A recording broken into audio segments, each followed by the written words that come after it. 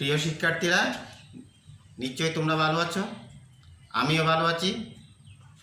এই দুর্যোগকালীন সময়ে তোমরা তোমাদের নিয়মিত লেখাপড়ার কার্যক্রম চালিয়ে যাচ্ছ আশা করি। আমরাও কদুরকিল উচ্চ বিদ্যালয়ের পক্ষ থেকে অনলাইন বেস ক্লাস কার্যক্রম চালু করেছি। তোমাদেরকে এই কার্যক্রমে সম্পৃক্ত থাকার জন্য আহ্বান করছি। সাথে সাথে এই কার্যক্রমের সাথে কদুরকিল উচ্চ বিদ্যালয়ের ছাত্রছাত্রী ছাড়া বাংলাদেশের সকল মাধ্যমিক সেক্টরের JSC পরীক্ষার্থীদের এই কার্যক্রমে অংশগ্রহণ করার জন্য আহ্বান করছি এবং যারা অংশগ্রহণ করবে প্রত্যেককে কৃতজ্ঞতা জানাবো এবং ক্লাসের যেই সব জায়গায় তোমাদের বোধগম্য না হয় তোমাদের সেই সব জায়গাগুলো সলভ করার জন্য কমেন্ট বক্সে কমেন্ট করবে। প্রয়োজনে মোবাইলের মাধ্যমে ফোনের মাধ্যমে তোমাদের সমস্যা সলভ করবে আশা করি। আমরা কদুরকিল সরকারি উচ্চ বিদ্যালয়ের নিয়মিত কার্যক্রম অনলাইন বেস ক্লাস শুরু করছি। আজকে আমার পাঠ্যের বিষয় গণিত বিষয়ে আমি তোমাদের প্রথমে নাম্বার বন্টনের একটা ধারণা দেব, তারপর আমরা প্রয়োজনীয় গুরুত্বপূর্ণ একটা অধ্যায়ে ক্লাস নিয়ে আলোচনা করব। আমাদের গণিত বিষয় এর মধ্যে মোট নাম্বার হচ্ছে 100 নাম্বার। 100 নাম্বারের মধ্যে দুইটি অংশে বিভক্ত, একটা হচ্ছে সৃজনশীল, একটা হচ্ছে বহু নির্বাচনী। সৃজনশীল অংশে মোট 70 নাম্বার। 70 নাম্বারের মধ্যে আমাদের গণিতে যে কয়েকটি অংশ আছে তার মধ্যে পাটিগণিত, বীজগণিত, জ্যামিতি এবং পরিসংখ্যান। সৃজনশীল 70 নাম্বারের মধ্যে আমার 60টি প্রশ্নের উত্তর করতে হবে, প্রশ্ন দেওয়া থাকবে 11টি। তার মধ্যে পাটিগণিতের মধ্যে দেওয়া থাকবে 3টি হতে আমাদের যে কোনো 2টির আনসার করতে হবে।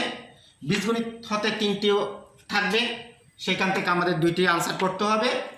জ্যামিতি থেকে 3টি প্রশ্ন থাকবে, তার মধ্যে থেকে 2টির আনসার করতে হবে এবং পরিসংখ্যান থেকে 2টি থাকবে, তার মধ্যে 1টির আনসার করতে হবে। আর বহু নির্বাচনের মধ্যে আমাদের টোটাল হচ্ছে 30 নাম্বার। 30 নাম্বারের মধ্যে 30টা প্রশ্ন থাকবে, প্রত্যেকটার উত্তর আমাদেরকে করতে হবে।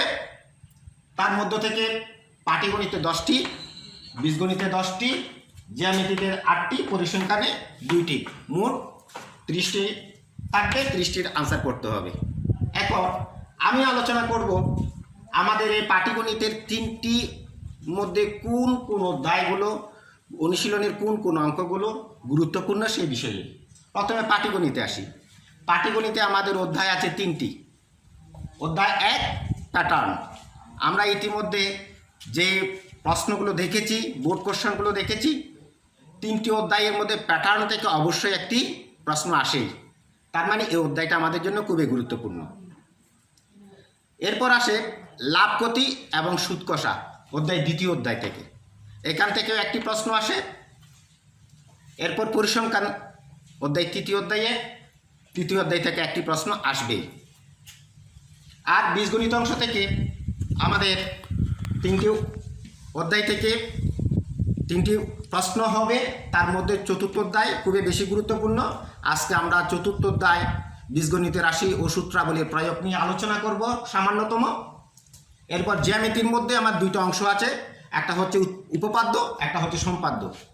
উপপাদ্য এবং সম্পাদ্যের 2টি অংশ থেকে অবশ্যই 2টি প্রশ্ন আসবে এবং উপপাদ্যের অনুশীলনী থেকে একটি প্রশ্ন আসার সম্ভাবনা বেশি।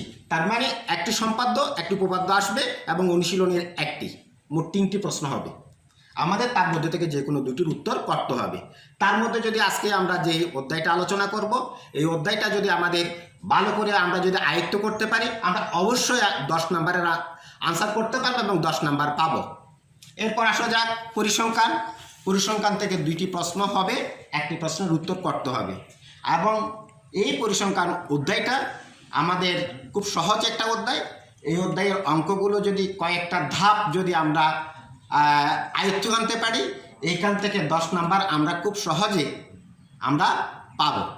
তার মধ্যে গড়, মধ্যক, প্রচুরক, আয়তলেখ অঙ্কন ইত্যাদি। আমরা ধাপে ধাপে চেষ্টা করব তোমাদেরকে এই অধ্যায়গুলো, যেসব অধ্যায়গুলো খুব বেশি গুরুত্বপূর্ণ এবং ওই সব অধ্যায়ের মধ্যে যেসব অঙ্কগুলো খুব বেশি গুরুত্বপূর্ণ এবং বিভিন্ন সময়ে বোর্ড প্রশ্নের মধ্যে এসেছে, এই অঙ্কগুলো নিয়ে আলোচনা করার জন্য।